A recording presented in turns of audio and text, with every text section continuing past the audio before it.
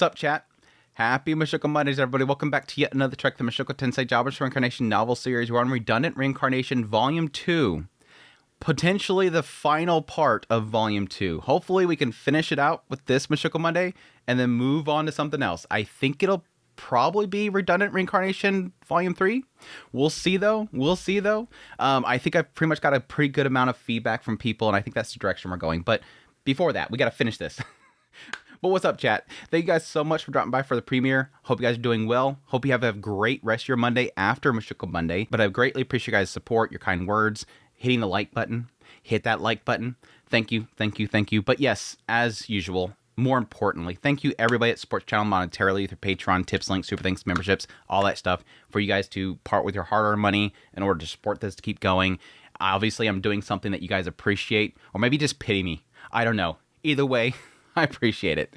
Last week, Orsis Cultist with 22 months at this point. You're still sticking around. Thank you so much. Inferno Torch with a super. Welcome back, Inferno Torch. Thank you so much for your ongoing support.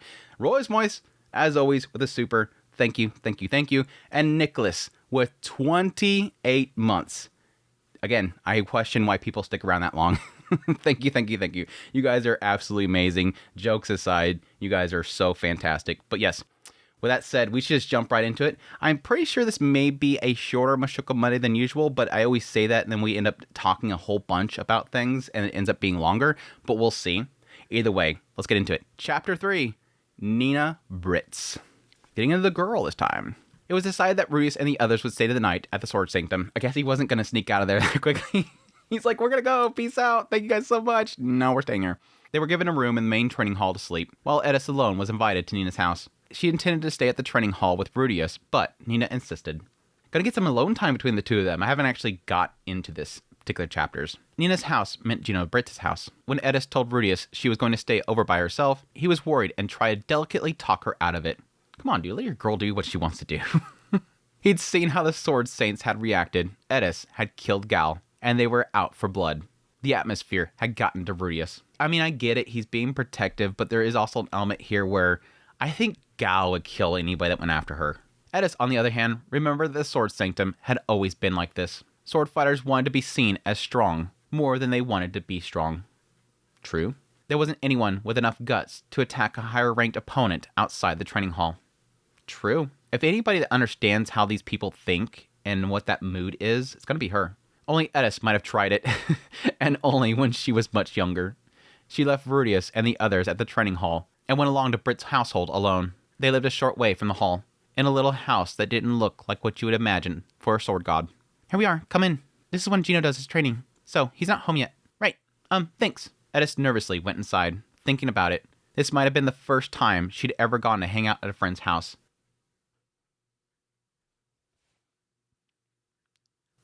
True, I actually think that's true. This girl's been so focused on Rudius for so long.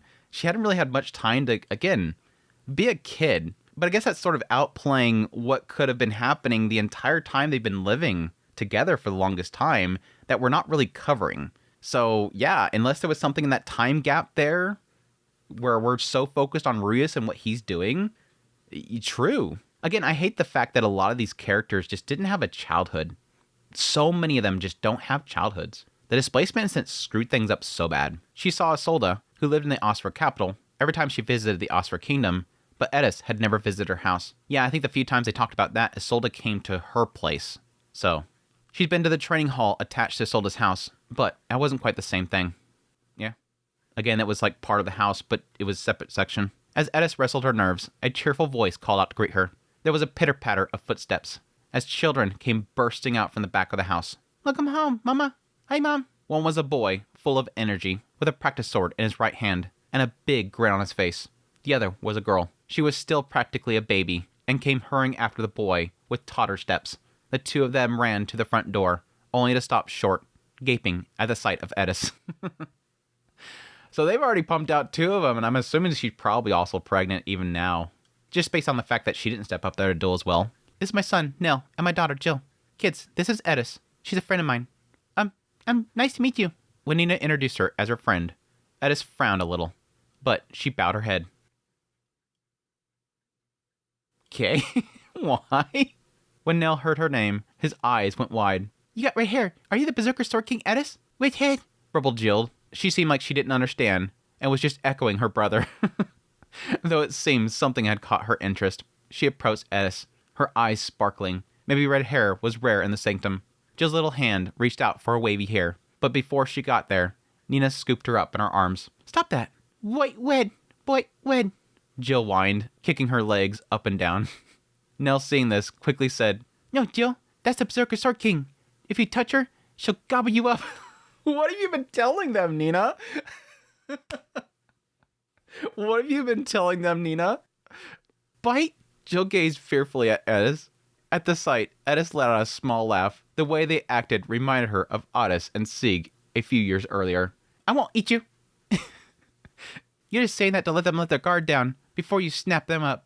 Nina narrowed her eyes suspiciously at Edis. Again, what have you been telling them, Nina? You playing into this, girl. Edis scowled at her, at which point a smile broke out on Nina's face.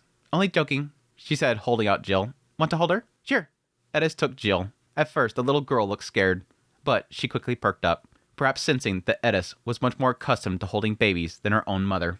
Yeah, Edis has had a lot of experience, and I think that's really a thing for Nina herself. She knows perfectly well that Edis is a mom. I can easily hand this over. She's going to handle it properly, and this girl is going to know exactly, yeah, this is comfortable. Wait, pretty, she said happily, grabbing a handful of Edis's hair and stuffing it in her mouth. Oh no, Jill, don't eat that.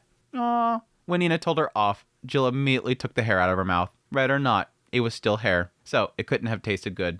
Now, Edis's hair was all sticky. Yeah, she's probably used to it. Yep, this is normal. Guess I'm the one that's gotten eaten. Edis said, smiling. She patted Jill's head. This is cute. Again, more Mama Edis moments. I love it. A look of surprise came into Nina's eyes. Is this the same Edis? Again, Edis has got a full house full of kids. She's seen this once before in the Oscar Kingdom. Edis was a mother now. Just like her, she knew how to handle children. Yeah, technically when she went to the ceremony, there was Edis there with not her child, but still seen that mama side. That didn't taste good, did it? So, it's not for eating, okay? Edis said to Jill.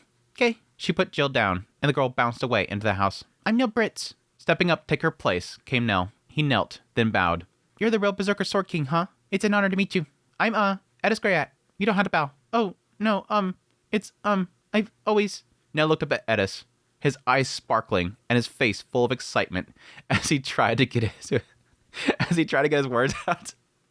Okay, there's like I was saying earlier about the idea of her gobbling them up, but I guess technically it's simply just how they perceive the stories they told of Edis. It's probably that, yes, Nina probably said a lot of stories about Edis. She probably respected Edis a lot as a friend. But there's probably an element of the stories being told, and at some point there's that perspective of this mad dog, the Berserker Sword King, and they could potentially have heard stories from other people in the neighborhood, that as well. There's going to be gossip going around about the exploits of Edis herself. But yeah, already hinting at this boy probably idolizes her and wants to be like her. No, that's enough, interrupted Nina. How long are you going to keep Edis standing in the entrance? At least wait until we've had dinner. She put a hand on his head and ruffled his hair, a little more forcefully than usual. Fine. Nell casted his eyes down, looking disappointed. This is his chance to introduce himself. He wanted to hear more, to do his sword practice with her if he could, but his mom would definitely say no. She always said no. Aww. No matter what famous sword fighter came to the Sword Sanctum, she'd never introduced Nell to them. Finally gets his chance to meet some legendary swordswoman. Leaving the disappointed Nell behind, Edis let herself be led inside the house. Everyone's changed, huh? After dinner, Edis relaxed in the living room while talking to Nina. Gino wasn't there. After they'd eaten, he'd taken the children to the different room. Based on the sound of the children's laughter, Edis presumed that he was playing with them. Aww. At least he's a good father, too. That's another big, massive W. Again, because they're everything to him. I mean, technically, you could have aimed that to Nina is everything to him, but it's his family. It's specifically her and the family. Nice contrast to Galfalion. Never expected things to end up like this. Out of Nina, Edis, and Gino, Gino had always been one step behind. He was the one who always looked sulky as he swung his sword, and couldn't answer the sword god's questions. That same Gino had married Nina, and taken down Edis in a single strike. Edis couldn't hide her surprise. Yeah, It's a big shift. She'd heard about it from Gao, but seeing him with her own eyes, it really was as though he was a different person. I guess, yeah, he did technically briefly talk about that. I was trying to think of Gao talking about Gino. And it's funny because I don't really remember them really emphasizing too much about how much Gino was behind when Edis was there. I guess technically the story beyond when Edis left, there was an element of, yes, of course, her being sparked to wanting getting stronger and Gino trying to chase after her. But they sort of implied they were still on equal footing. She was just advancing very fast at that point. She had a spark put in her. Nina, back at the training hall, you didn't even pick up your sword. The same went for Nina. After she pushed herself so hard to become strong, she'd only just watched Edis. Again, I think because she's pregnant. Not only that, she'd let Gino do whatever he liked. Edis couldn't imagine the old Nina ever doing that. That is a good question. That is a good thing for her to question there. Not necessarily her not wanting to get up on the stage and duel. Because again, she is still a swordswoman because she is emperor now. She hasn't retired from that. But again, I think it's just the fact that she is pregnant. Our next one is... No, right here. She said it right off the bat. And there's no questioning no more. Our next one's on the way. Nina said this, stroking her stomach. It was hard to tell, but if you looked closely, the slightest swell was visible there. Ruefully, she added, Gino told me to take on the title Sword Emperor, but I think I'll probably retire. Okay. I literally just took... Again, I didn't read this. I did not read this. It may have been subliminally planted in this corner of my eye, though. But apparently she's thinking of retiring. Which makes sense. If she just wants to focus on the kids, it's perfectly fine. This is normal. And that's enough for you? As asked before she could stop herself. Nina glanced down, but there was a look of satisfaction on her face. Yes, I'm happy. Of course, I'd like to keep going with the sword a little longer, but I don't know. Funnily enough, I don't have many regrets. I think maybe I stopped being a swordswoman when I lost to Gino. You lost? Yes, before he challenged the sword god, he told me, if I win, be mine. I fought him without holding back, and I lost. That's a beautiful way to propose, isn't it? Nina laughed softly, thinking back on that day. Up until then, Nina had wanted to be the strongest sword fighter in the world, the sword god herself. That desire had vanished in an instant. Gino was just that strong. He'd shut her down in a single strike, a pure mockery of her efforts, just as he'd done to Edis today. If it hadn't been Gino, if it hadn't been her childhood friend, whom she'd made follow her around when they were little, maybe she would have felt differently. She might have thrown herself into her sword training with tears streaming down her cheeks and renewed determination, just like she had done after losing Edis. Instead, it had been Gino. He'd become strong just to marry her. He'd beaten her, then gone toe-to-toe with the sword god Galfalion and won. When he returned with the title of sword god, he swept Nina up and kissed her forcefully, then pushed her down on the ground, then and there. That day, Nina had become Gino's in both mind and body. Oh my gosh, stop. I gotta stop. I have to admit that I always love when I'm reading Refugian's writing, and any writing really. And as I'm reading it, I'm already thinking of what is going to come up in 2 lines later.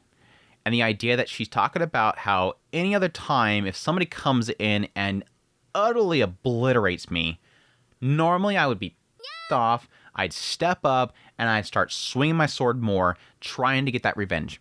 And so when my mind is thinking immediately is Edis. Edis was that way.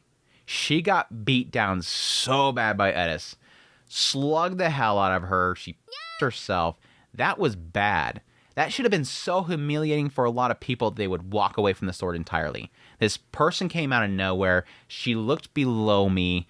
Everybody's mocking her, and she destroyed me. That would be enough for any person that would think, this girl's untrained. There's no way she can beat me. Beat. It's enough for a lot of people to step away from something. But no, she went to get stronger. It was different with Gino, because it was like multifaceted. It was somebody that she's known her entire life that she's always led along. And then suddenly he becomes so strong he beats me down. Then goes in there and just takes down the sword god, which was the title that she wanted. He literally jumped in front of her in line when she was dragging him around, jumped in front of her in line and took the title that she was going after, came back and said, "You're mine," and just took me. And it seemed like that was a shift for her. I no longer care about this thing. He swooped her up physically, but also mentally. And it's so funny because this could be so seen as like derogatory to her that she's some prize. But for her, this is something that she suddenly realized that she wanted. She accepted this. He beat me, took the title from me, came back for me, and claimed me, and she became his. Both mind and body. Not just body, that's the physical, that's the reward, the claim. Mind, she accepted it. The mind is the important part here because that's her accepting. The body is him grabbing it. The mind is her accepting it, if that makes sense. It's interesting that it's so much different than with Edis because it's Gino. Any other person, she would have thrown herself into her sword training with tears streaming down her cheeks, just like she did with Edis. Interesting. Mina knew that it was impossible to become the sword god without extraordinary effort. Neither her hard work, there's the key thing, I didn't even get into this part yet. Neither hard work nor talent alone was enough. Even both might not be enough. Up until then, Gino had let Nina lead him, putting in as much effort as she did. On top of that foundation, he'd gone even further than she had, pushing himself hard enough to spit blood. There's the part that she sees. It's not just that he went over there and won her over by doing that. It's the fact that she knows how much Gino had to do to claim her. He sacrificed blood, sweat, tears, anguishing training.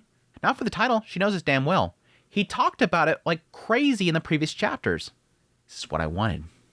He did that because he wanted her. She was already in love with him, don't get me wrong. She was already in love with him way back there before he did all this effort. But that was solidification of what he would do for her. I already love him, and I know that I want him. I need to see how much he wants me. There's a sign right there. He made it. He attained the rank of sword god, reached a place that vanishingly few ever achieved. Nina thought he ought to have a reward to match, in the words of Galfalion, to do what he liked, so she said nothing. She had her own thoughts about it, and things that she liked to have said, and Gino would probably have listened, but she was gripped by the fear that if she did, he would suddenly become weak. Nina couldn't get in the way of the person she'd come to admire. Interesting.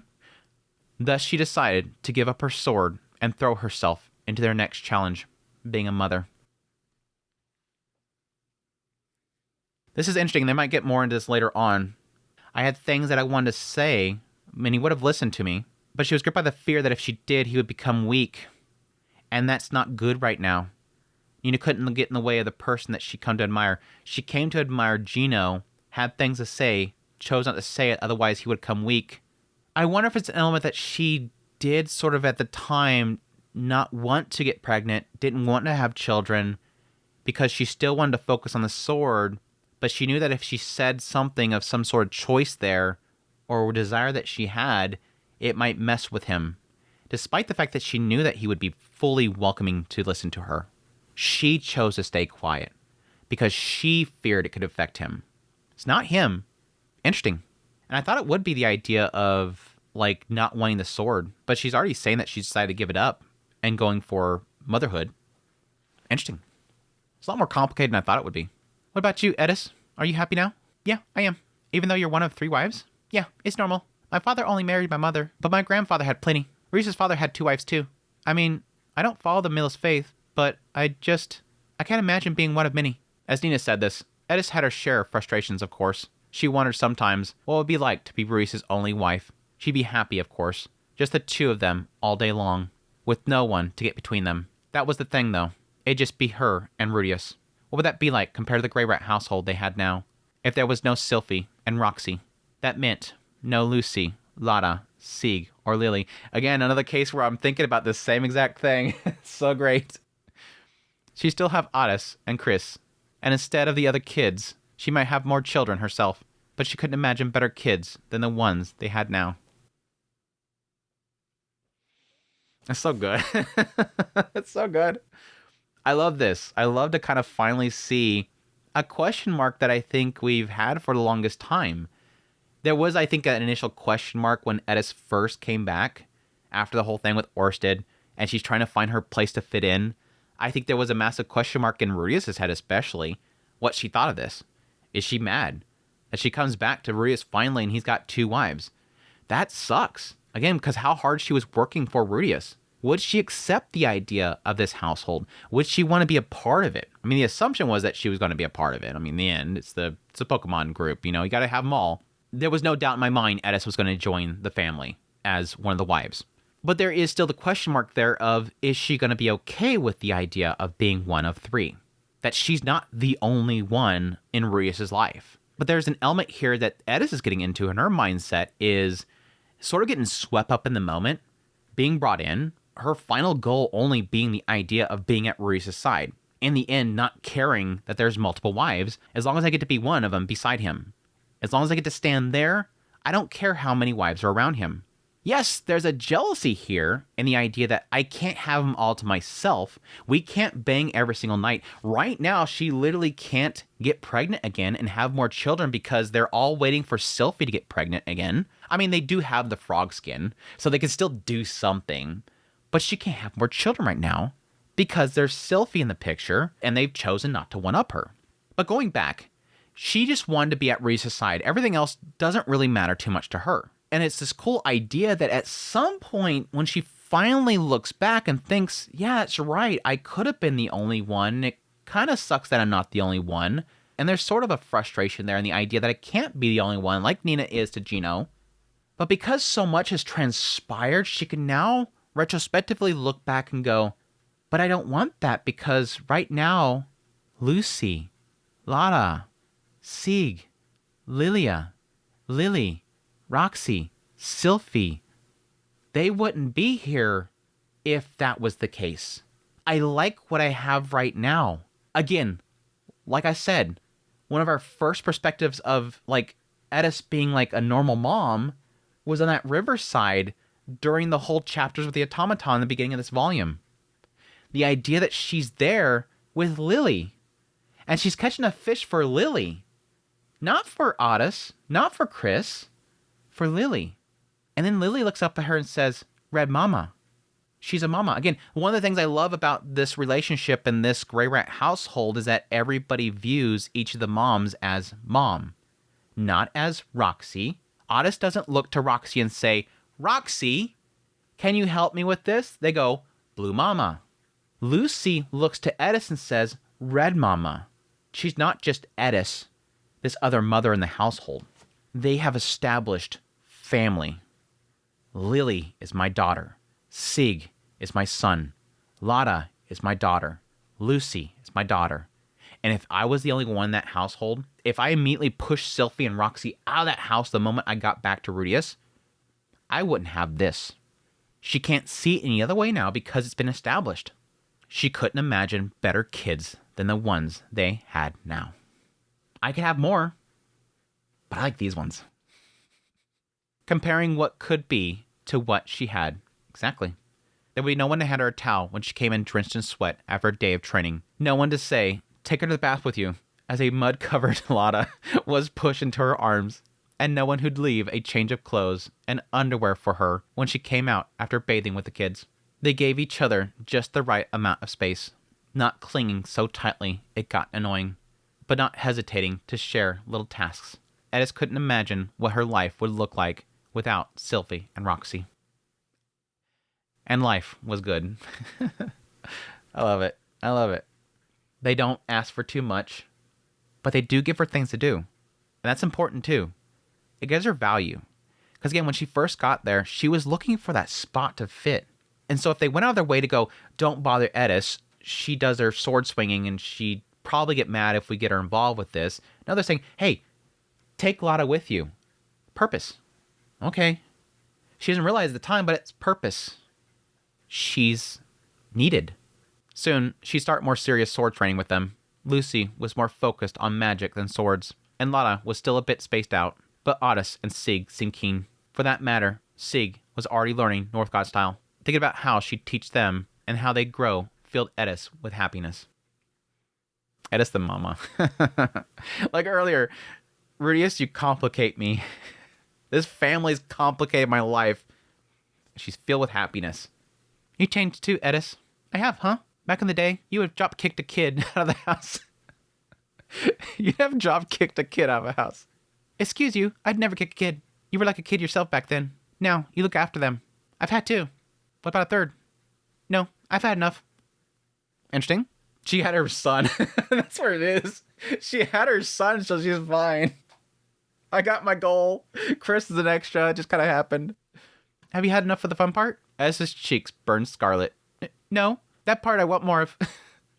She answered honestly. It was feeling heavily pregnant and unable to move freely that she just couldn't bring herself to like. Yeah. You have to worry about the kid, too. You know, you're much easier to talk to now. I like it better, too. You're a bit of a pain in the butt. I bet I was.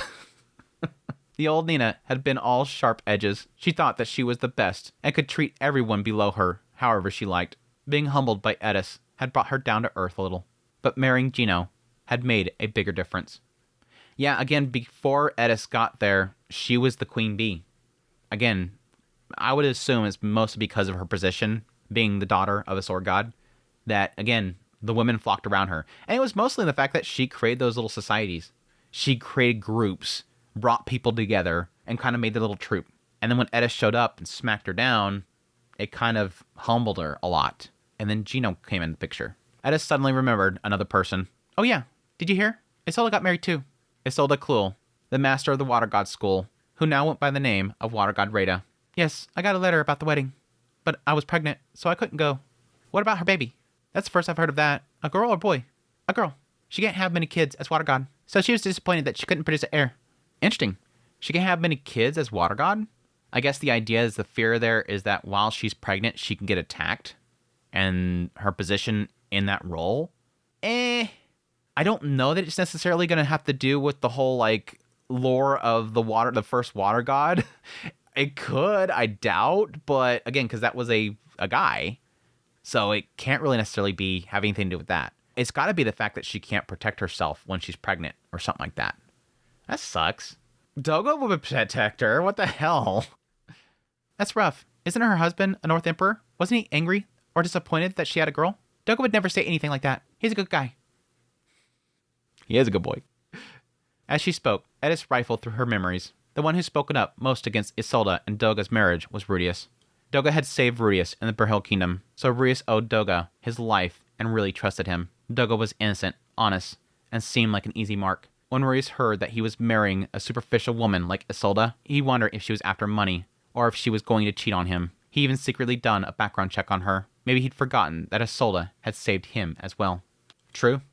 During Berhil Kingdom, she did. Interesting they brought that up. I completely did not even connect that as well.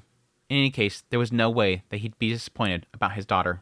Not innocent Doga, whom Rudius trusted so much. The last time Edis had seen him, he'd been smiling ear to ear as his daughter, who was the spitting image of her mother, sat on his shoulders. Isolde said that he did the cleaning and washing and looked after the children, all on his own initiative. Good boy. Uh-huh. Even Edis, who didn't do much around the house as a rule, couldn't help but say to Isolde, shouldn't you help out a bit too? She never forgot how Isolde had looked away sheepishly and muttered, but he's better at it. That's not the reason. That's a bad argument. It's a bad argument. I hope our children can inspire each other to grow, said Nina. Edis nodded in agreement. Same here. If you like, you can send yours to study at the Magic University too. I like the sound of that. But Gino wouldn't allow it. He always wants to keep those he loves close to him. Oh, there we go. I like the fact that he's so into his kids and protecting them and loves his family so much, but there's too much. There's clingy. We're getting into Gino, the clingy boy. In that case, they'll never be able to leave the Sword Sanctum. If they want to leave, I'm sure they won't wait for permission. Nina giggled a little. She couldn't imagine ever having a conversation like this with the old Edis. Edis suddenly, sensing someone, turned around. A child stood at the entrance of the living room. It was Nell, holding a book in his hand. When his eyes had met Edis's, he strode forward, looking determined. Miss Berserker Sword King? Yeah? You know this person, right? He held out a book to her. It was The Superb's Adventure. A book Edis knew very well. Norn had written it. Rudius had turned it into a book, and Zenova and Aisha had sold it. He wants to hear about Reserved Superdia. That's why he was been all excited about. You mean Reserved? Or Norn? Norn? You mean you know the writer too? Oh, right. I guess you have the same last name. Norn's my sister-in-law. Rudius' little sister. Right. Quagmire Rudius. number 7 of the 7 great powers, also known as the right hand of the dragon god, and Rudius, the magician king. That's right, you sure know a lot. I asked my mom about this bird, and about you, Edis, and I heard about Quagmire, and the Berserker Sword King from the Bards. I wanted to meet you, even just once. Now looked up at Edis, eyes sparkling. A lot of cool stories in Redundant and the Berserker Sword King and everything. Person of legends. Now look up at Edis, his eyes sparkling. To him, she was a character from the songs of bards, straight out of a legend. Unlike his father, Nell was itching to know more about the outside world. One day, he dreamed of venturing out into it and becoming someone the bards sang of. Yeah, feeding right into what Nina was saying a minute ago. Did you? I'm honored. Edis felt a grin spreading across her face, but forced herself to look serious before nodding gravely, thinking she couldn't ruin the boy's dream. In her mind, she pictured Roxy's serene expression.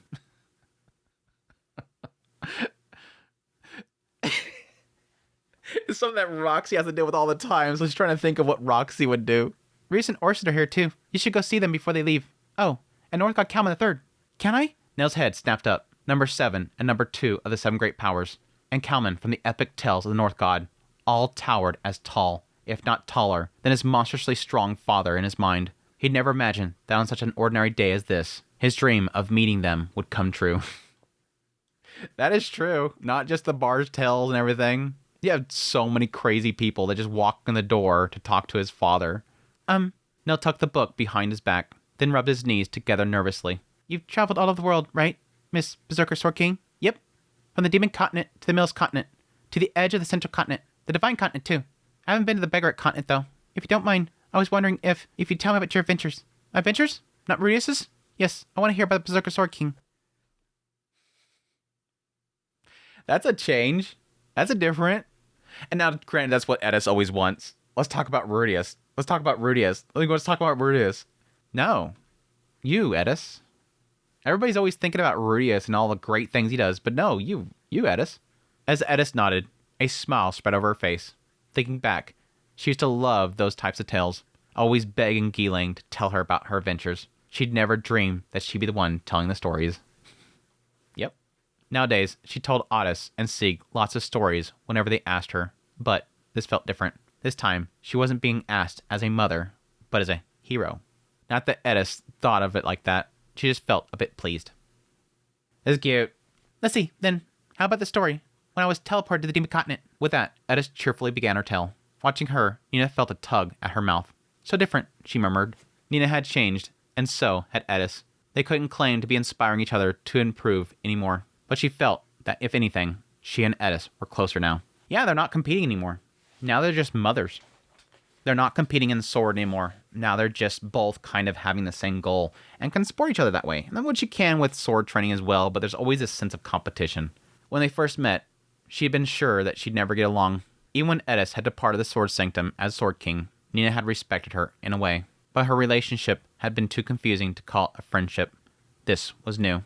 Nina didn't have the same level of admiration for Edis anymore, but she felt something that she'd never felt back then. It'd been a long time since she'd seen Isolde. If they met now, perhaps she'd feel the same. It was an unusual experience for Nina, who'd hardly had any real friends. Interesting. I mean, again, that's the whole idea of like settling down, no longer competing with other people, no longer having the drive for that one title that seemingly, with his sword god style anyways, only one person can have. It's not like North God. I'm assuming they can do it if they want to, but there's only one person that holds that title. So there's that sense of competition. Gotta get stronger, gotta be the strongest, all that stuff. And again, she had a bunch of friends around her all the time. She had a little posse, but that was different. That all kind of fell apart very quickly as she kind of more focused on what she was doing. Now, as a mother, talking with Edis, seeing this little scene here, the interaction they've had, and even connecting to Isolde as well, it's different.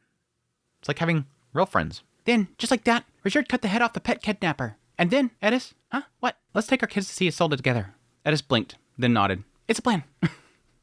After becoming Sword God, Gino had changed. With a Sword God like him, the Sword Sanctum itself would start to look different soon. Nothing ever lasts. For all she knew, someone might show up who'd defeat Gino just like that. That was part of being a sword fighter. They were fragile creatures. However, Nina thought this friendship would endure. After all, she was no longer a sword fighter. Jeez, I know I'm probably going to read way too much in this later part right here, but it sort of does feel like that element of her fully 100% giving up sword fighter strictly for the sake of becoming a mother.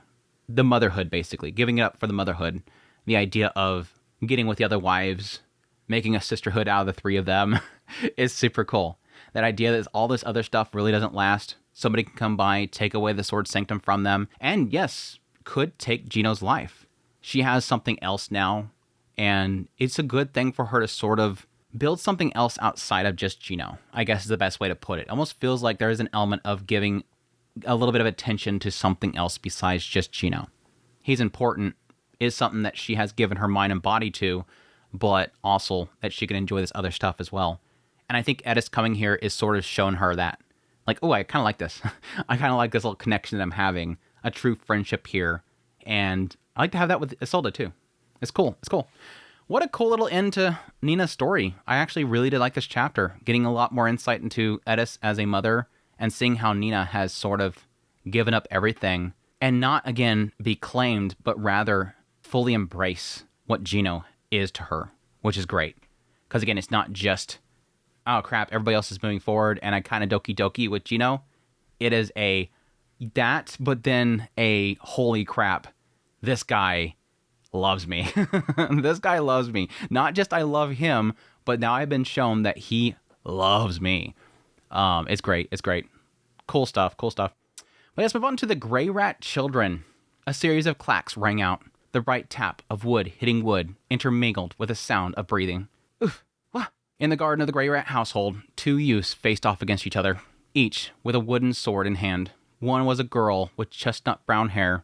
She swung with surprising ferocity for her age, making full use of her angular momentum, her cape billowing around her. Her left hand, the one not gripping a sword, was of note. It was slightly open, and now and then she used it to slap the air. When she did this, she bounced away like a ball hitting the wall, making it impossible to predict how she would move. She approached, swerving side to side, occasionally shifting up and down, and then got 1-2 good hits on her opponent. Her ever-changing movements were unpredictable, yet graceful and beautiful. Her opponent, a boy with red hair, was dressed in a slightly grubby practice uniform. So it's already kind of implying here, with Lucy specifically, sort of the same aspect of what Ruius was doing when he was fighting Paul. When Ruius first started swordsmanship, because he couldn't stand up against his father, mainly around the idea of the battle aura, not being able to produce that, not being able to have as much strength and speed as him, he was compensating by using magic to push himself around, just jetting himself everywhere. Seems to imply that she's doing the same thing.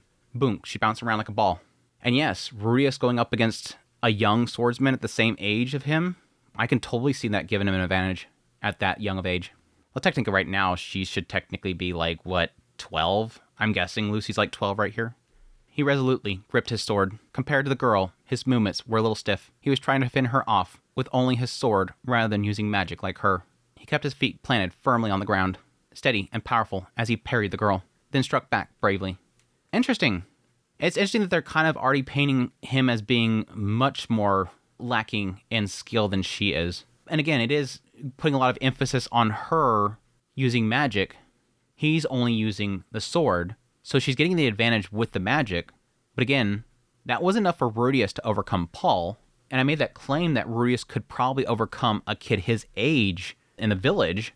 But to somebody that has been training, literally probably ever since he was old enough to carry a sword, that's kind of impressive.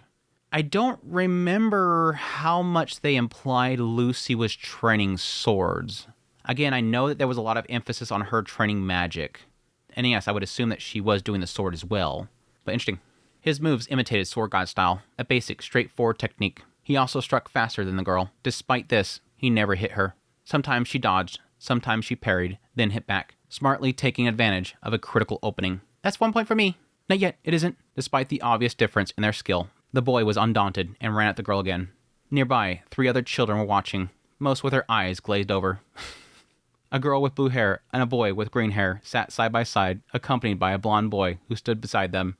There was also a big white dog. The blue-haired girl had her face buried in its fur and was dozing off. It's at this point, it's like, just say the name of them. Why do I have to keep saying the color of the character's hair? I'm just gonna change it. I'm gonna change it. That's fine. She didn't seem interested in the fight. The chestnut-haired girl and the red-headed boy faced off for a while until the girl lunged forward. Yeah, she shouted fiercely, bringing her wooden sword straight down on the boy's forehead. There was a satisfying thunk. Yow! The boy went down, rolling around on the ground in pain, as bright red blood trickled down from the split in his forehead down to his chin. Oh no, sorry, that was a clean hit. The girl rushed over to him, and then, without a word, laid a hand over his forehead. Green light blossomed, and then the wound closed. Over his forehead? It's gotta be on the forehead. Refugin? No, this gotta be it. This gotta be it. This gotta be a 7 Seas thing. Ah! The boy sighed, accepting the healing magic without protest. He flopped down on the ground. Still no match for you, Lucy. What do you expect? You're only 10, Otis. That's only 3 years younger. 3 years is plenty. You wouldn't lose to Sig, would you? Yeah, again, it's kind of surprising.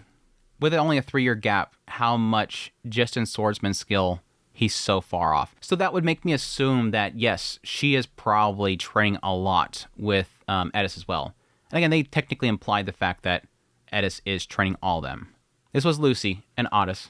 Since getting back to Millis, Otis had thrown himself into sword practice with even more intensity than before. Edis...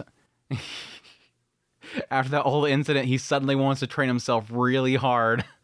But I think that sort of is telling, I think, not so much for Lucy, but more so for Otis. And the idea that I think that he hasn't really been taking it serious at all. And this sort of goes to, I think I talked about this maybe earlier this volume, or maybe it was late in the last volume. And the idea that they've sort of painted this picture as Edis, the swordswoman, wanted so badly to have a boy, and then named him Otis. And so the expectation there is that she wanted the first swordsman of the family, and that Otis was going to grow up to be a great swordsman. But now with, like, this statement right here especially, and the idea that he comes home and suddenly he's more pushing himself into his training, implies to me that he hasn't really been taking it serious at all. And again, they're allowing these kids to have lives. They're allowing the kids to enjoy life. He's not pressuring them into training like I initially thought. Despite the initial impression that Edis births the swordsman that grows into being the greatest swordsman, Otis feels more and more like he will probably end up being the weakest out of all of them. They keep saying Sig's going to grow up to be this great, like, strong warrior, and Lucy is putting herself deeply into her training as well. Otis is getting left behind out of all of them, which is kind of interesting.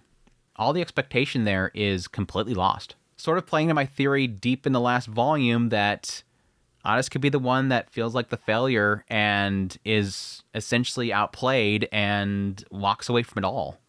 Revolts. Edis taught swordscraft to all the children, but ever since Otis had gotten the itch to fight, she was bursting with pride and taking great pains to teaching him everything she knew. Again, right there, it implies the fact that she was not pushing it upon him, opposite to my expectations that she'd be like, okay, he's old enough to hold a sword, time to start training. And the kid's like, why am I doing this, Mom? She's waiting for him. She didn't press upon him her desires. She didn't press upon him any desire that she wanted to become a swordsman. Otis had an abundance of talent, so he received special attention.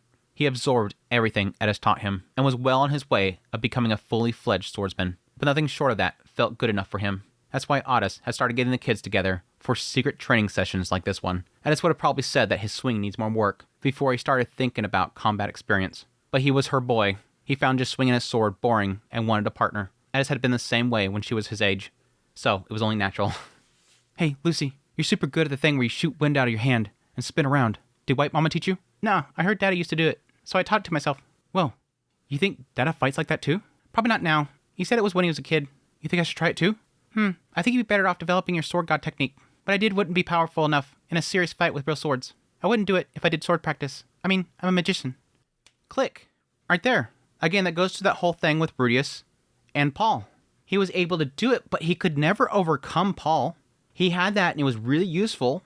And again, like I said, if he used it against, like, some other kids in the town, it would probably work really well. Lucy sees it too. Yeah, her dad used to use it, probably on Paul, and yes, he used it on several other people after that. But at some point, Rudius stopped using it. Why? Because at some point, he started going up against people that didn't matter. He started going up against people that were like Paul and stronger, and it stopped working. I would stop using it. I'm a magician. It's cool. It's cool. Keeping it very consistent right here. But it's so cool. Lucy's magic swordcraft. Clive was impressed as well, you know? Clive's impressed too. Lucy seemed to brush it off, but she glanced furtively at the blonde boy over the observer, who was chatting good-naturedly with Sieg on the ground beside him. His name was Clive. He was also a relative, so from time to time, he tagged along with them on secret kids-only training sessions. I'm kind of wondering at this point if she likes this attention from Clive, if she's okay with it. It's like everybody's shipping them, and everybody's like pointing it out, but then there's the question of like, does she like him? That was why Lucy wore her favorite cape over her uniform, even though they were training. To make herself look better? To cover up the skirts?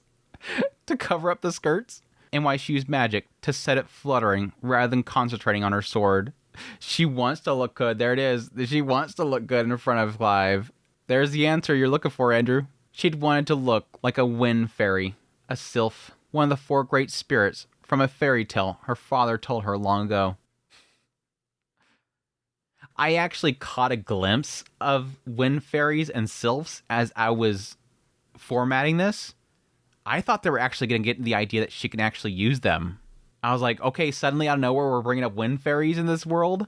He said the beautiful sylph had green hair and danced through the air, always garbed in the wind. When Lucy talked to her friends at school, they said they'd never heard anything like that. When she asked her teachers, they didn't know anything either. She scoured the library, but found no mention of the name. Until that moment, she believed the sylph was real. It turned out the sylph was as imaginary as Cheddarman. What a shock.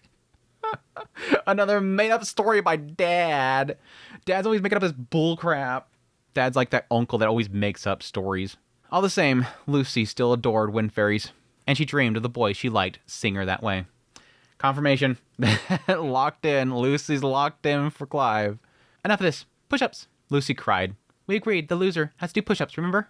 Oh, man. I just got down in a push-up position in front of Lucy and then began shouting, 1, 2, 1, 2. It was a rule of the children's secret training that the loser had to do basic workout. Right, you're up next. Lotta, hurry up. The next opponent was supposed to come out while the loser did their exercises. But Lotta said sleepily, You've done 5 rounds already. Let's take a break. She was slumped against Leo, disinterested in fighting, though it was honestly better that she ignored them while pretending to be asleep.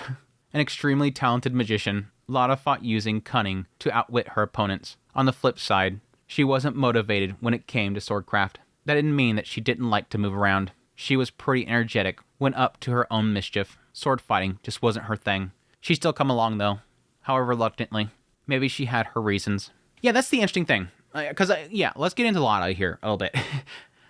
Obviously, from the get-go, when Lotta was first born, they started getting into the whole, chosen one scenario, the assumption was always going to be that she was going to be powerful in some way. And based on the fact that she's Roxy and Rudius's daughter, it would go in the realms of magecraft. She's going to be a talented wizard, super powerful magician. Now, yeah, there was always the possibility there of, because she is this chosen one, that was going to somehow give her some innate ability. That she was going to get some talent or whatever that would make her even stronger than a normal person would. A normal Magurdian being born, how powerful they could possibly be, she was going to be much more than that. But it hasn't really done much to really kind of prove it. I mean, even with that whole situation with them getting caught in the alleyway, it's like, there was a side of me that's thinking, well, maybe she's going to make a bunch of earth pillars come up between them and push everybody out of the way or something like that. Do something. But she didn't really do anything. And yes, it's a lot to do with the fact that she was scared. They were all scared. Bunch of kids being confronted by evil adults. They're going to be scared. But we're finally getting into, with Lucy, how powerful she is, Otis, him being less than her. Now, here it's specifically saying at this moment, she's an extremely talented magician, fought using cunning to outwit her opponents. So it's saying that she's very strong in magic, but we haven't seen really any sort of demonstration. But the next part's the most important part. She fought using her cunning to outwit her opponents. This is starting to lay more on the idea of her being very similar to Rudius rather than Roxy. Now, Roxy's that way as well, don't get me wrong, because technically when she used to do solo runs in dungeons, she had to figure out ways of combining magic and whatnot to help herself out being solo. So yeah, I guess it goes in the realm of that she's sort of a combination of both of them. She's a Roxy-Rudius combination, and having that cunning nature that Rudius has, and having the power to outwit the opponent because she doesn't have something else. And yes, very similar to Rudius and Roxy, that she's not really talented in swordcraft as well. She's definitely her father and mother's daughter. It just sucks because I wish they would kind of get into where they're at. Because Refugien used to be really big on this stuff. Like, Refugien used to, every single chapter, at least once a volume, Refugien would constantly give everybody updates. This is where this person's at. This is where this person's at. This is their talent level. This is their talent level. They just mastered this spell. They mastered this spell. He doesn't really do that no more. Like, if this was the old Refugien, like, way back mid-series, he'd be breaking down, like, okay, Lucy's at this level, swordsmancraft. Audit is at this level. Lucy's at this level. Lucy knows these spells. Like, he would lay it all out. Doesn't feel like he wants to do that right now. It sucks. I want to know. But based on the cunning part, I kind of wonder if it's meaning that she's not necessarily magically talented. It's that she knows when to use certain spells to overcome things. Again, similar to Rudius. But at the end of the day, at some point, Lotta's going to have to wake up. I think she's kind of chilling right now. But I think at some point, she's going to have a wake-up call. Because, again, she has this goal in the end. And I wonder if it'll end up being the ceremony. I really do wonder if it'll be the ceremony that will be the wake-up call for her. On the flip side, she wasn't motivated. That didn't mean that Lotta didn't like to move around. She was pretty energetic when it came to her own mischief. Swords fighting just wasn't her thing. She still came along, though, however reluctantly. Maybe she had her reasons. I am kind of wondering about that last part, though. Maybe she had her reasons for coming along with them. Maybe at the end of the day, she just likes to be a part of them. She just likes to spend time with them. And that could play into my theory about her and the idea that she has this burden placed upon her that is technically weighing her down. And she wants to enjoy what time she has with them. What about you, Sieg? I'm out too. Sieg was only 8 and had the lowest win rate of the 4. That being said, he had unbelievable strength for a boy his age. And when the fight was close, there was moments when that was enough to carry him to victory. His style was also different from Lucy and Otis. Like Otis, his fighting style prioritized his fencing. But from time to time, he moved in ways that were clearly not what Otis had taught him. Of course, the other 3 were well aware of who was teaching him swordscraft and where. The worst kept secret. Okay, break time. Lucy said this, then sat down next to Otis, who was still doing push-ups. Going over to Clive would have been a bit too embarrassing for words. It was that period in her life. Besides, right then, Clive was talking to Sieg. Lucy didn't know what they were saying, but Clive, who was calm for his age, was extremely knowledgeable and interesting to talk to. He was probably entertaining Sieg with whatever book he had read recently. Hey, Lucy, Otis said suddenly as he continued to his push-ups. What are you going to do after you finish school? I'll go to the next school. Lucy responded breezily to his serious question. It's like Dada said. After I graduate from the Renoa University of Magic, I'll start at the Osran Royal Academy. I don't know why we have to go there, but I guess because we're Osran nobles, I'm to learn about nobility or something. No, I mean after that. Lucy looked at Otis again. His eyes were on the ground as he continued to do his push-ups. You're going to follow in Dada's footsteps, right? She asked him. I don't know, but that's what our mama says. It was mostly Otis saying it. She'd occasionally proclaim, Otis is a Greyrat heir. Since then, it had been assumed that he was. Sylphie and Roxy didn't seem to have a problem with it. It wasn't clear what he had to do. Would he work for Orsted, like Rudius? Oh, the side effect of that whole crap. That's an absolute side effect to all that crap. I forgot about that. That was the reason why she wanted the boys so much, too. Somebody to be his heir. Because, again, from Rudius' perspective, he's like, I don't know really if it's like, it's not that you have to. It doesn't have to be a guy, but it kind of is like the assumption, I guess. But, yeah, she took that to heart. And so that's like the assumption there. So Otis now feels like, oh, they keep talking about being the heir or something like that to the name. So I guess I'm supposed to be doing this. It is kind of sad here that it does seem like Lucy's just going along with it. Well, I guess I'm going to Renoa University. And then I'm going to go to Osran Royal Academy. It's just what they said we're supposed to be doing because I think I'm supposed to be like a noble or something. And I totally expect that with Lucy again because from Lucy's perspective chapter, it was like all she was thinking about was whatever they wanted, whatever makes dad, praise me. I'm going to do exactly what he thinks I'm supposed to be doing because I want that praise. And I think there is an element of her understanding that it's a good thing, that this is going to benefit me somehow. Otherwise, why would they say that I'm supposed to be doing this? It's also technically Ariel's fault. Ariel wanting that. What do you mean, dunno? Otis, everyone's looking at you to be the heir. And Lotta's supposed to have some important role too. It's serious. If you're going to be like that, why don't you just be the heir? You're better than us at sword fighting and magic. I'm not. No one's expecting anything from me. That's not true. It is. I never once had Dada say that he expected anything from me, or tell me what he wants me to do in the future. Nothing like that. You two got swords and magic staffs for your birthday, but I...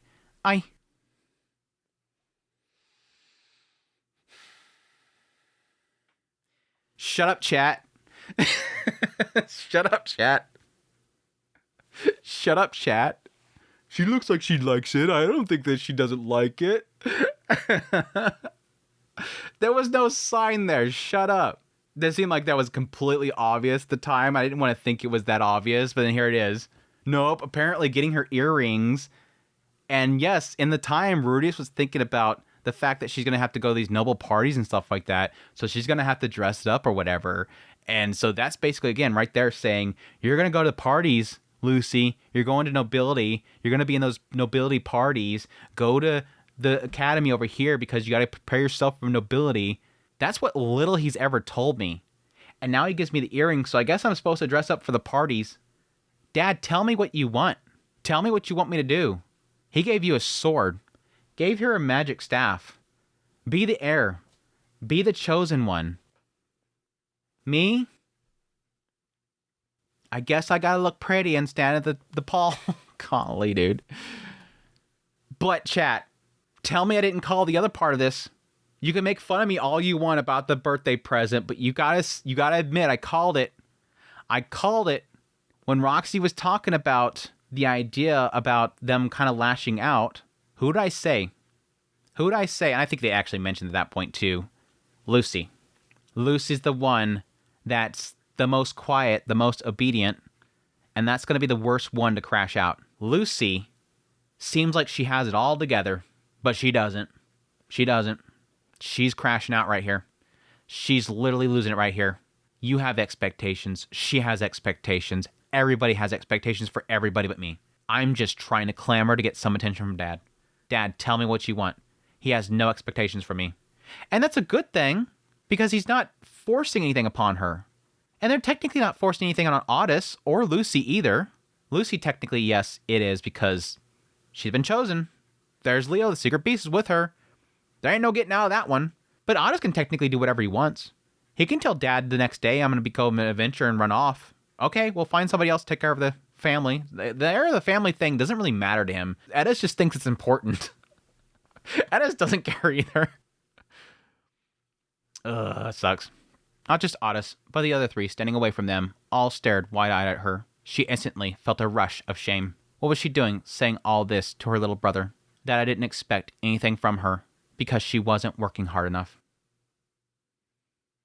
That was simple enough. Again, the one you think it has it all together is waiting to break, and she has some wild expectations upon her because she doesn't know what's expected of her. Oh, tears welled up in Lucy's eyes. Crying wouldn't help anything, but they came streaming down her cheeks regardless. Why didn't Dada expect anything from her? She never understood. She tried so hard at swordcraft and magic. She got nothing but good grades at school. She was a good big sister. But Dada never once told her what he wanted her to do, or what he wanted her to be. He always just brushed her off, saying that she should live her life she wanted, or she didn't have to worry about that, just because she was the eldest. What? That last part's weird. The first part makes sense. The second line, I'm curious if that's just a oof in the translation. This is, I see a jealousy thing here, because you basically have, like, this being the three eldest. You have Lucy, Otis, and Lada. Of the three eldest, two have an assigned purpose, question mark. And again, it's really around what Edis says about the whole idea of the heir, and Lada being this chosen one. But that's technically external, but they're not necessarily implying that they know what that means. The way that they worded it earlier, it implies that they don't know exactly what Lada is doing. They just know that she's been chosen for something. They don't know that it is technically external. I guess technically they could overhear, like, Linnea and Persenna talking about her role and maybe get a sense there that it has something to do with the Beast Folk. I mean, the Beast Folk are there with the sacred beast that is from the Great Forest. It has something to do with them.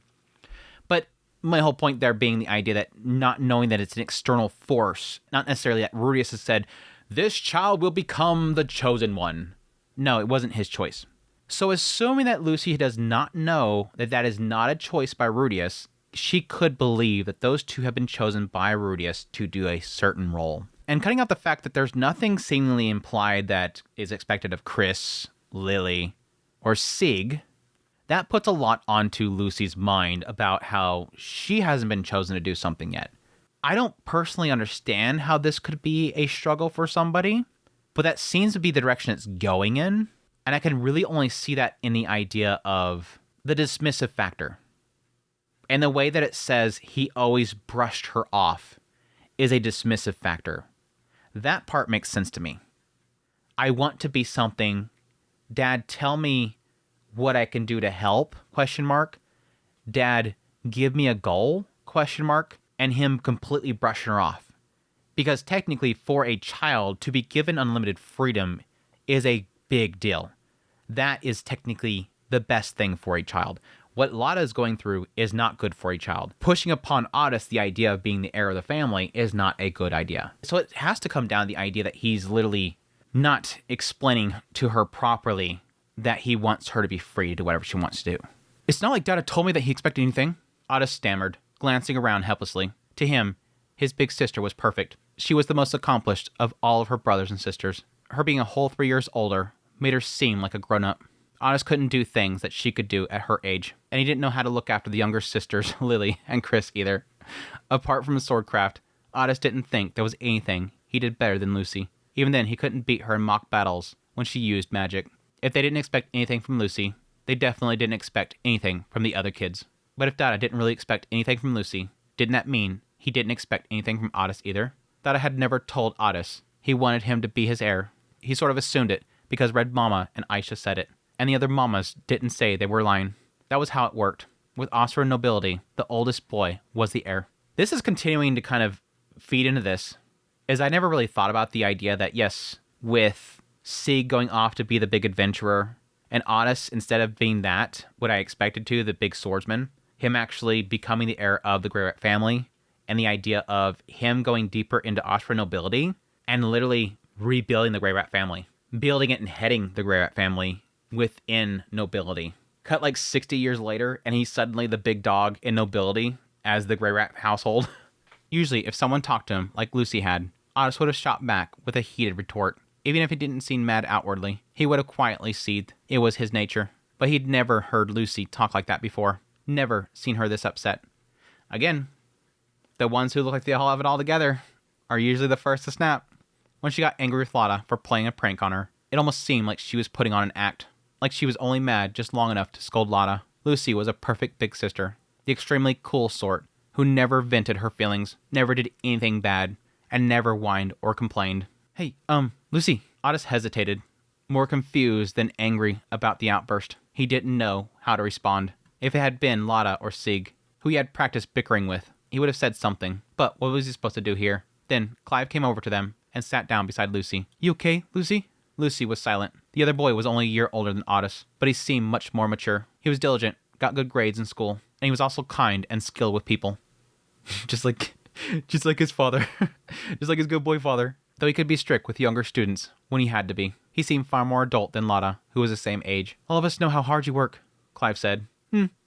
Clive put an arm around her and patted her head. You'll apologize to Otis later, right? No, it's good. Lucy gave another wet sniff, then turned to Otis, who was frozen. In his push-up position, and bowed her head. I'm sorry, Otis. I was rude. No, I'm sorry too. He wasn't sure what he'd done wrong. It just happens. When somebody knows how to hide what they're hurting, and it just bottles up, and at some point you might notice it. Like, this person's too chippery, or they're not reacting to things like they really should, or they're blowing things off too much. They're bottling it up, and it just, the most random thing will just nick the side of the bottle cap, and then it's gone. You're like, what'd I do? You did nothing but slightly nick it, and it had nothing to do with the opening of the bottle, but you got that bottle open, and it's flying out. So I just up here like, I don't know what I did.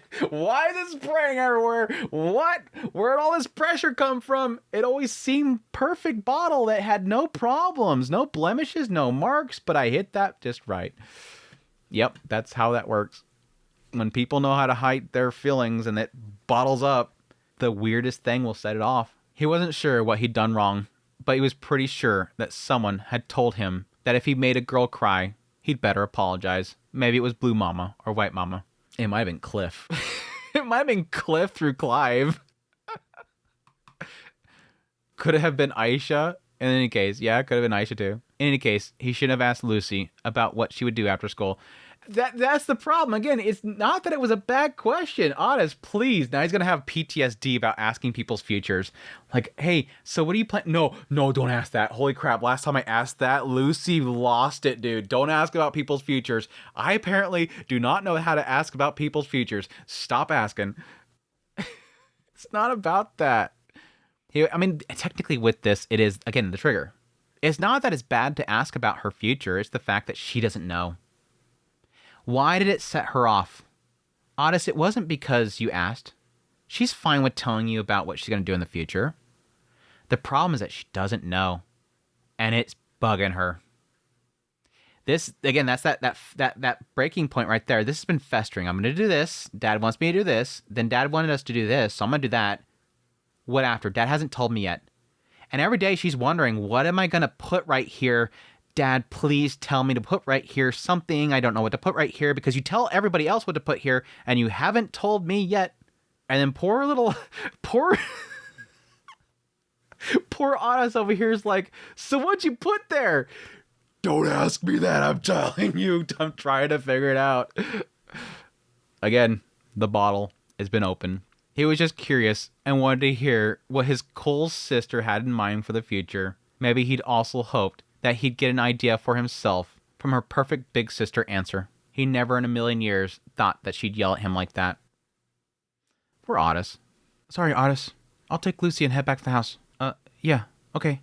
Clive, his arm around Lucy's shoulders, went inside. Left behind, Otis was speechless. He simply stood, frozen in disbelief. Just then, Lotta and Seek came over to where Lucy and Clive had been. Leo joined them, looking worried. It's like, what are you crazy humans yelling about? That was a lot. I didn't know Lucy could get angry like that. Otis was close with his brother and sister, and talking to them usually helped him think about things. He nodded. I don't know. Lucy must be worried about the future too. He'd assumed that Lucy was too perfect to worry about anything. Clearly not. Lotta opened her mouth. Lucy, she began. Otis never knew what the younger of his older sisters was thinking, but sometimes she opened up with something that got to the heart of things. Otis listened closely so that he didn't miss anything important. She's going to say something stupid. She's going to say something stupid. I just know it.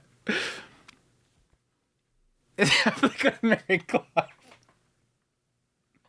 I knew it. I knew it. It's definitely going to marry Clive. Was all she said. Oh, right.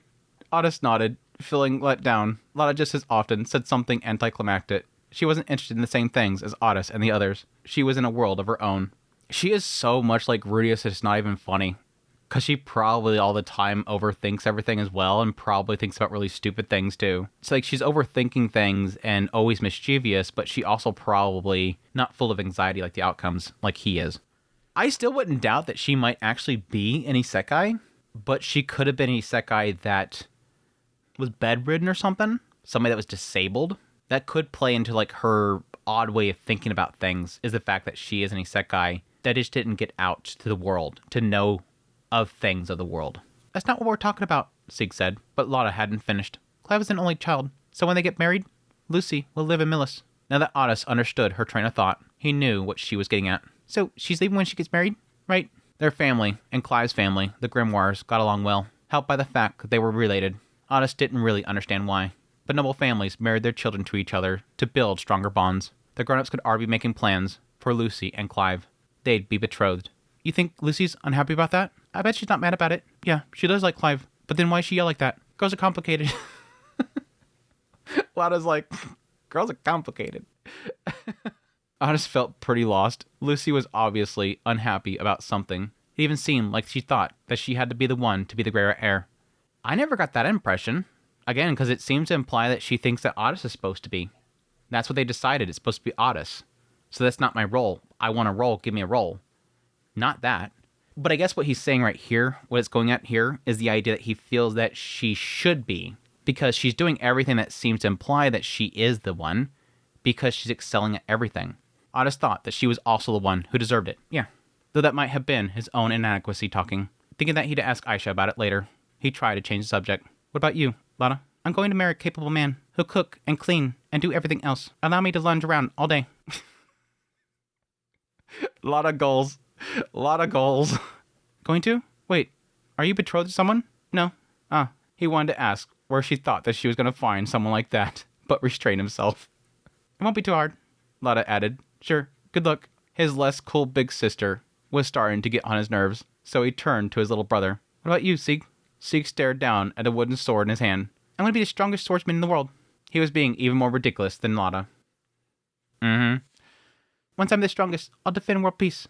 Well, Sieg did like Cheddar Man and the epic tale of the North God, but Otis was trying to talk about serious things, not dreams for babies. He sighed and said, Try beating me first. I will. Oh yeah? When? One day. Well, take your time. But don't call yourself the strongest until you do. Simple things. Go back to simple things. Don't you want to be the heir? Sieg asked suddenly. Otis screwed his mouth up and mumbled. How should I know? He was the Greyrat family heir, except he wasn't sure what that meant, including whether it was good or bad. However, their conversation had given him a different perspective on it. The Greyrat family served Dragon God Orsted, but they were also a branch of the Osprey nobility. Being heir to the family meant mixing with the other nobles. That fit with what Lucy said about having to attend not only the renowned University of Magic, but also the Osprey Royal Academy. Again, it's starting to paint it more in the idea that he's going to go into nobility. He's going to lead the family into nobility, which again is what sort of is a part of, but Rudius is sort of separated from nobility. He might reconnect him with nobility. Lucy goes off to Millis with Clive. Lana goes off to the Beast Folk. Otis goes to Osra and gets him with the nobility. It's kind of starting to paint some pictures for these characters. What did nobles do anyways? Otis supposed he learned the answer at school, but for now, it was a mystery. Ties between families were important, so maybe he had to marry a woman that he didn't know or something. It's so funny, I kind of wonder where they're getting a lot of this thought process. Again, I would assume the moment that Lucy went into the academy, a lot of this stuff started getting drilled in their head, and a lot of the other ones are going to be in the academy at this point too. But I would assume with Roxy, Sylphie, and Edis, and Aisha, and Lilia, and Rudius, all of them beating in their heads that you can do whatever you want and you're not have to marry off or something like that, and we're not part of nobility like the other people are. You would assume they would get this in their mind, but it seems like just their little time being around the academy kids, they're getting this impression this is what they're supposed to do. We're going to get married off. The kids at school said this, so I guess we're getting married off. You would think they would go back home and ask them, is this what I'm going to be expected of me? Am I supposed to be expected to go marry somebody of another nobility? And they would immediately say no. What seems to have drilled this into their heads so much that they're accepting that this is the way it's supposed to be? I guess I kind of don't, he eventually said. I just had certain kinds of girls that he liked, so he didn't want to just marry anyone. Actually, while he was too embarrassed to admit it, he had someone he liked already. Still, he didn't want to make a fuss about how he didn't want to do it when it was already decided. Lucy would definitely get angry at him for that. It's been decided for you, and now you're complaining? I'm waiting for somebody to decide something for me, and you're complaining about what's been decided for you? Yeah, don't complain about it in front of Lucy. She put up with it all. She'd say, so what made him so special that he could dodge it? If nothing else, Lucy would be unhappy if he didn't put everything into being the best heir, but he didn't know how to do that. He didn't want her to hate him. Aisha might tell him what he needed to do if asked, but ever since he turned 10, she'd hardly ever gave him a straight answer. Why 10? Yes, technically I assume the person that he likes is probably Aisha. Partly because they've never brought anybody else up besides Aisha, let's be honest. Usually, she'd give him a hint and then tell him to think it through himself, something he wasn't good at. He reflected a lot after going to Millis and was starting to think a little harder, but he was struggling. His mind immediately went to solving things with sword or magic. Otis looked wordlessly down at his hands. Lucy's magic was so beautiful, and she used it skillfully. It was so effective, even though it was only simple wind magic. It shifted and changed, just like her. She was strong. If Otis could only learn that magic, he'd be strong too. All right, he said decisively. He still wasn't sure what he ought to be doing, but for today, he'd try to copy Lucy. Still thinking, Otis rose, sword in hand. It's kind of surprised that it took him until he's like past 10 before he finally sees this thing that Lucy's doing. So she must have maybe only started using it in practice battles with them, because it implied earlier that she never always uses it, and it's only now. And it could be the fact that she now has to use it in order to keep up with Otis because he's starting to get more serious about this stuff. Yeah, it's weird. But good chapter. Really good chapter. Some good insights into at least the, oldest 3 kids, what they're really thinking about in their future, what their plans are. Again, my current theory, one of them is already proven, is the fact that Lada is at some point going to get serious about her role, and she might be taking an easy time right now because she knows what's expected of her, and so she's trying to relax a little bit. That stress of what she's supposed to be doing may be weighing on her. And then possibly around the time that she goes to the Beast Folk, she's going to start taking it seriously. And her goal in the future is going to be this chosen one. The Beast Folk have, picked whatever. With Otto specifically, I think they're really pegging him towards the direction that he might actually give up the sword and focus on the family, the Greyrat family. And again, this could just be happenstance. It's not that anybody is expecting this of him, but he's probably going to take it serious at some point. Like, well, they keep saying heir, so maybe I should do this. Like, this actually does sound like something I would want to do. I want to carry on the name like this. With Lucy, I'm curious. It's not that she has to go to Millis. Clive doesn't have to go back to Millis. Clive could stay here. Yeah, it seems like obvious the two of them like each other, so I have no doubts that Lucy will get with Clive. But what would Lucy do? I don't know really at this point. It is kind of curious. It seems like Clive himself is very studied. He could end up going into something of some sort of merchant work or something like that, run a company, and technically Lucy could join him in that. I think Lucy putting a lot of effort into magic and swordscraft will end up being one of those things where she thought that she had to do this, so she worked really hard on it, but in the end, she never really ever uses it. I think in the end, she could possibly just put that stuff to the side as well and end up doing something else. And it could be strictly just becoming a housewife with Clive. Lotta could be onto something there. That it might just be simply that Lucy just becomes his bride and just becomes a mom, just like Sylphie. I can see that as well. Good stuff, though. Good stuff. Again, finally having the breaking point for Lucy that I was kind of predicting. But that's it. That's it for this volume. But we do have 2 side chapters. We're going to go through those first before I come back here and finish out this. So stick around. First side chapter that we have is Otis and Lotta. On a certain afternoon during a holiday, the sound of wooden swords clashing echoed through the garden of the Greyrat household. Otis and Lotta were facing each other, each holding a wooden sword. Watching them with arms crossed was the guardian of the Greyrat household, the Red Mama, Edis. Although Edis appeared to be watching the swords earnestly, she was actually thinking it's rare for Lotta to come to practice properly. The battle was in Otis's favor. Otis steadily piled on attacks, while Lotta was on the defensive. Lotta seemed to be dodging Otis's sword with ease, but eventually she couldn't escape anymore, and was caught by Otis's sword. Gah! Lotta let out an unladylike scream as she was struck on the forehead and fell. While grimacing in pain and rolling on the ground, Otis let out a sigh. Hey, I didn't hit you that hard. You think that because you weren't the one hit. Even so, you can heal with your healing magic right away. Lotta stood up quickly. In reality, just as Otis said, it didn't hurt that much. She just wanted to get out of practice.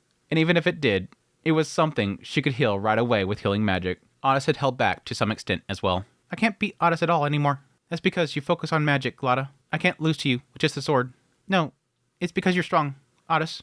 I probably can't win, even with magic included. Among the Greyrat children, Lucy excelled in both swordsmanship, magic, and academics. But after Otis began focusing on swordsmanship, the others started to lean more towards either swordsmanship or magic. Otis leaned towards swordsmanship, Lotta towards magic, and Sieg likely followed the path of swordsmanship as well. Recently, however, Otis had begun dabbling in magic, following Lucy's example. His goal was to become a magic swordsman.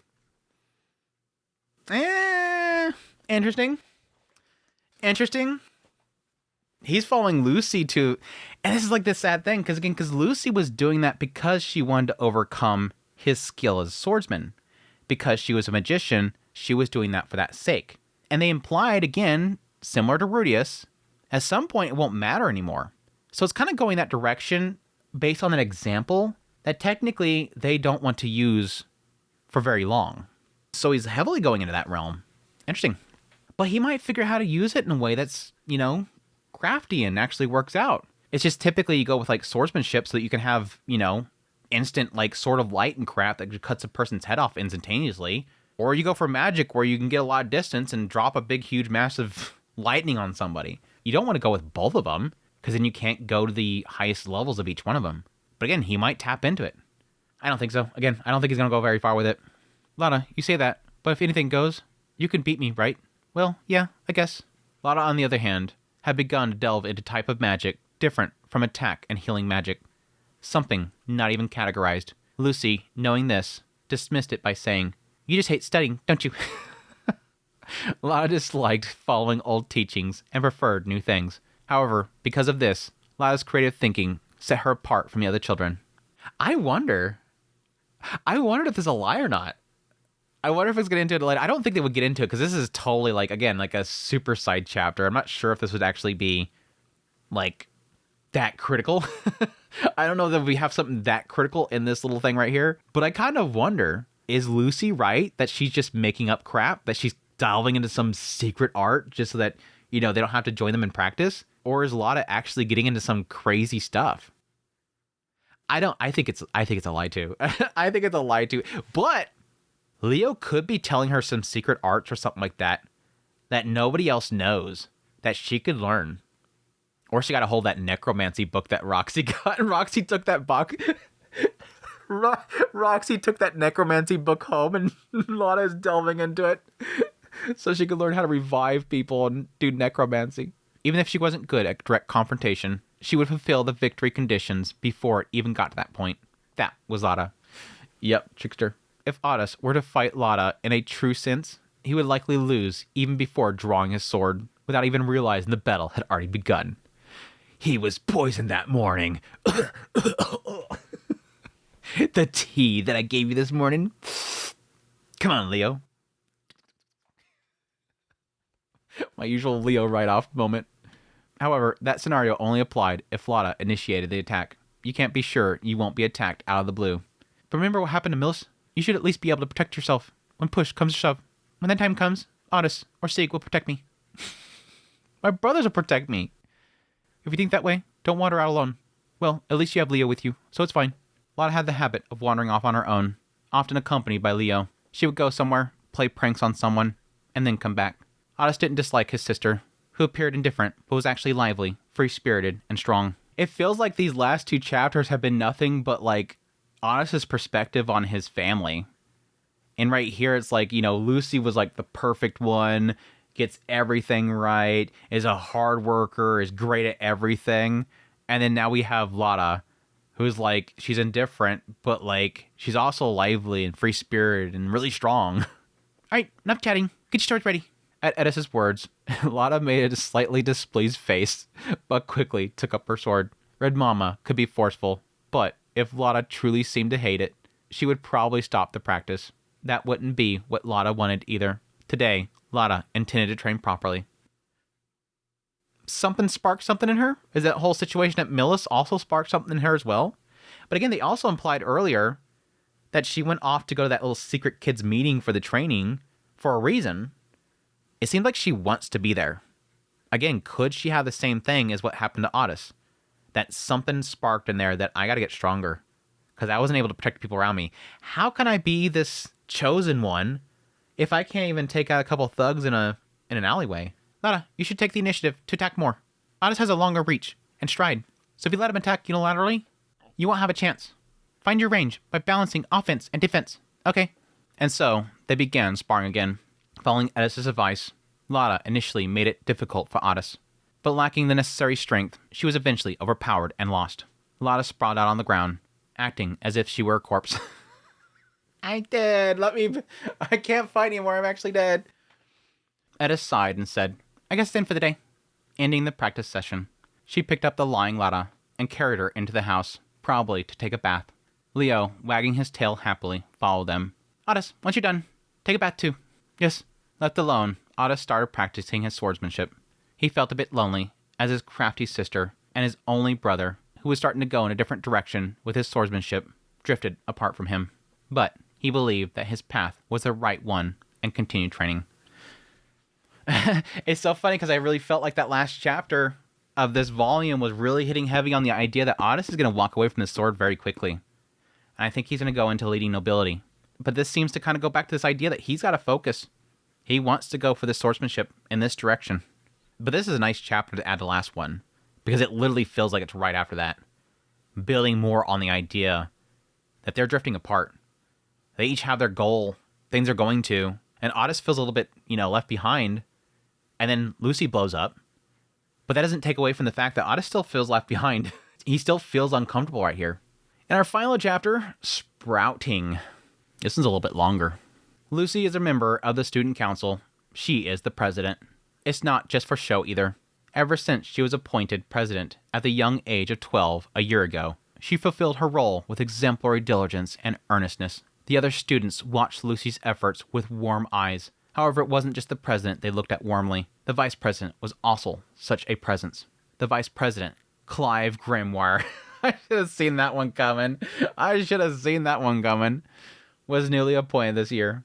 Both were still young and inexperienced. However, they were both very motivated. Refugin, did you just make Kaguya-sama Love is War? Is this going to turn into a Kaguya-sama Love is War situation here? Lucy-sama Love is War. Right here. It's Lucy-sama Love is War. Hey, mister. Oh, mister. Both still young and inexperienced. However, they were both very motivated and smart enough to compensate for their lack of experience by appointing secretaries and general affairs officers with practical knowledge. There wasn't anyone who didn't support them, or so said Rudius, and the school's general opinion was the same. One day in the student council, Clive said, "Lucy, would you like to go shopping tomorrow?" "Sure. What are you going to buy?" "A new robe. The one I bought before doesn't fit me anymore." Clive was in a growth spurt, having grown considerably in the past 2 years. He would soon surpass Lucy in height. Is he getting a bit of the mother's blood?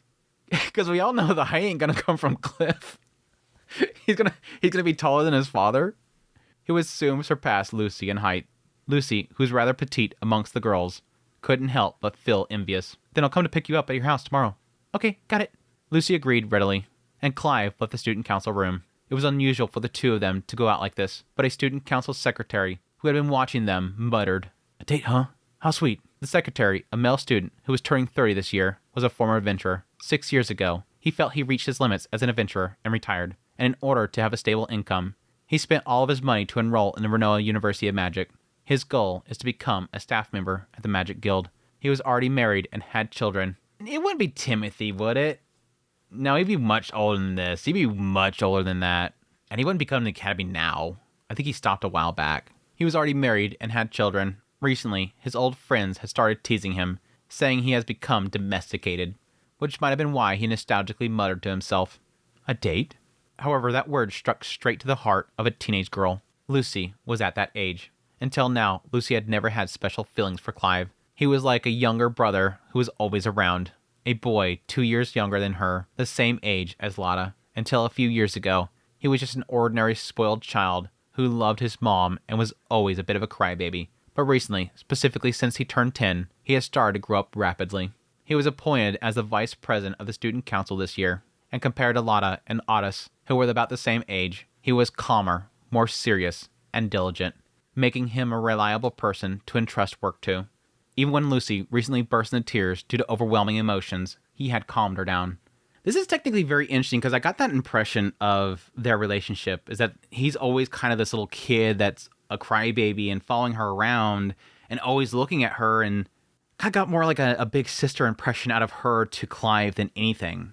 And even during the whole situation with Millis and stuff like that and going to the hot springs, he's just like this kid's off the side and he's got interest in her and he's trying to reach his hand out and everything. You see that doki-dokiness, but I wouldn't see her accepting anything until seemingly now. It seems over the last 2 years, like puberty hit him and it hit hard. And now this boy is growing. He's got that growth spurt and it seems like he's matured a lot. And now suddenly he's becoming the one that she can rely on. Lucy this entire time has been babying him and taking care of him like a good big sister. But now he's able to kind of step up and take care of her. And that's changed everything in this dynamic. It just sucks because I think that entire time at Millis, I got the impression that he was about this age. And during that time, it just gave me a feeling that he was just being a little kid again. And now suddenly this chapter comes up and now he's taller than her. And he's got this growth spurt. And now he's reliable. Like, how much time spanned between those two chapters? Again, I miss when Refugin was very clear about where people are at, what their age is, where their skills are at. It feels so loose right now. I can't get a sense of people and their ages. Well, I know he's 10 years old, but I didn't know back there how old he was. If you asked whether Lucy considered him particularly excellent, the answer would be no. Her standards were high, and given her own excellence, she evaluated him in terms of his abilities. But he was a boy who made her feel at ease when they were together. That was Clive to Lucy. Even though it was just a usual outing with Clive, the word date kept sticking in Lucy's mind. Therefore, Lucy took a slightly different approach than usual. She gonna get dressed up? Is she gonna get dressed up and ready for this one? Hey, big sis Aisha. I'm going out with Clive, but what kind of clothes should I wear today? She consulted her aunt, who was close in age. Huh? I guess... Close in age? What? Who was close in age? I guess? Closer than a lot of the other people in the house, I guess? Lucy, how about trying something like this? Isn't this a bit too much? It's Clive I'm going with. Her aunt, who had instantly understood the situation, presented her with a perfectly coordinated outfit. But Lucy rejected it, saying it's too over the top, embarrassing. How about this? Does it look strange? You look super cute. Go with confidence. Dressed up nicely and buoyed by her aunt's encouraging words, Lucy left the house with a spring in her step. She decided to wait for Clive outside her house. Normally, she would wait inside until Clive arrived, but today she chose to stand outside, fidgeting with Bite, the baby Treant gatekeeper. It's still considered a baby Treant at this point? You think this thing is like an elder. This thing's kind of old. I guess it's not that old. It's got to be at least 10 years old at this point. Just guessing. Fidgeting with Bite, the baby Treant gatekeeper, by twirling its veins around her fingers, tapping the ground lightly with her shoe, and glancing frequently in the direction Clive would come from, Lucy wondered why her heart was racing so much, with unfamiliar nervousness. When Clive appeared at the end of the street, Lucy couldn't help but smile naturally. You're late. Sorry, Mom asked me to run an errand on the way. Probably got flowers for her. I bet Emily's new and she told her to get some flowers. Lucy stole a glance at Clive and puffed out her chest slightly. Clive noticed, of course. Being the son of Emily's Dragon Road, he had been thoroughly educated on how to treat a woman. Hey, you really dressed up today, Lucy. Right? Big sister Aisha picked it out for me. Does it look good? Yeah, looks cute. Lucy, smiling softly, replied. Okay, let's go. From then on, everything was as usual. They walked side by side, visited a clothing store to buy a robe, completed the errands together, and then they parted ways at the Greyrat household, after which Clive went home. Huh? Lucy? You seem to be in a good mood today. When Sylphie pointed this out to Lucy, with a composed face, she said, It's nothing. But her cheeks were much softer than usual. Okay, I was expecting like something bigger to happen, that whole thing. It's just a cute little moment together is really what it is. I was kind of expecting a move to be made, something big, but it's just a first date kind of thing. Something's blossoming. We're not gonna get too crazy. Calm down, Andrew. We're just gonna show the surface level. Something's brewing. Something's brewing between the two of them. There ain't gonna be no kiss, no giving flowers, no crazy outfits. I was kind of hoping they would explain what the outfit was, but cute. But that's it. That's it for Volume 2 of Mushoku Tensei, Jobless Reincarnation, Redundant Reincarnation. It's down. Another one bites the dust. Which, I totally thought about this today. I completely forgot until today. Means we gotta rank it. I totally forgot this volume had the making of Automaton. I was for sure that was Volume 1. I literally thought that this volume started with a Millis travelogue. So that's crazy. So in this volume, we basically had the creation of Best Robot, and then that went right into the Orsa perspective, which, my gosh, our first time ever getting an Orsa perspective chapter, which was crazy. Then we go straight into the Millis travelogues, which goes into Millis, Claire, Roxy, Otis and all them running off and getting into mischief, Otis and Aisha. Then we go right into Talhan and the whole stuff with the hot springs, then the Gino, then a Nina, and then all these chapters right here with the kids. Overall, this volume, it has some weak chapters. I will admit, I think like especially the first chapters with the Automaton, while it had some really good spots in it, it wasn't as great as I thought it was going to be. Like, it does feel like there's segments that are super good. Like, again, I keep talking about it. Edis at the river with the kids. I love that whole segment. There's little good moments in there, but overall, that stuff was a bit much. Like, it was a bit drug out. But, like, after that, everything with Millis was super good. The Hot Springs was a letdown. Getting to Talhan and his history with the dwarves was really fantastic. Gino Brits and Nina stuff? I like this Nina chapter a lot. The Gino Brit stuff wasn't as good as I thought it was going to be. Let me be perfectly honest. It wasn't as good as I thought it was going to be. Kid stuff is really good.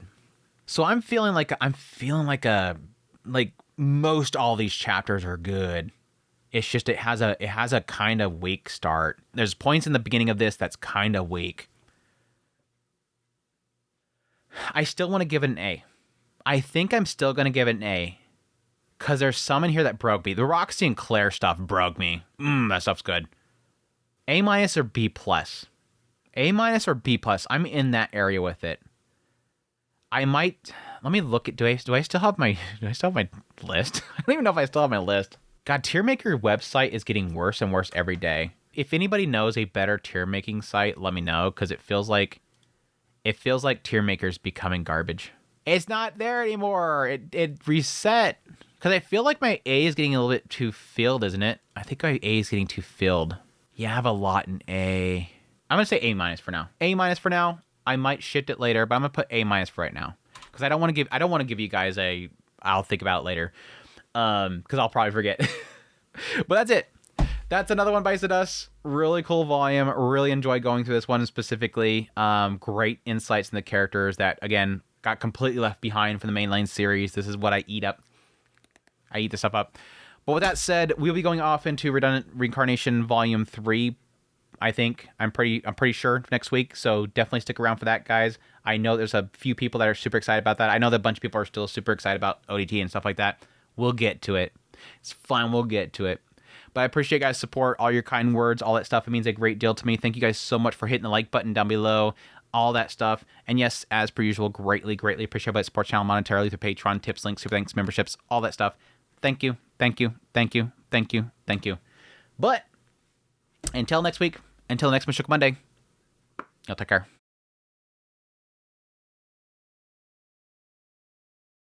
Otis had held back to some extent. Otis had held back to some extent, and well, Otis had held back to some extent. Otis had held back to some extent as well. Used to do it. Daddy used to do it. Just like that. Then, just like that. Rajir cut the head off the pet cat. Rajir cut the head off the pet cat. Rajir cut the head off the pet cat. Rajir cut the head off the pet cat. Rajir cut the head off the pet kidnapper. Rajir cut the head off the pet kidnapper.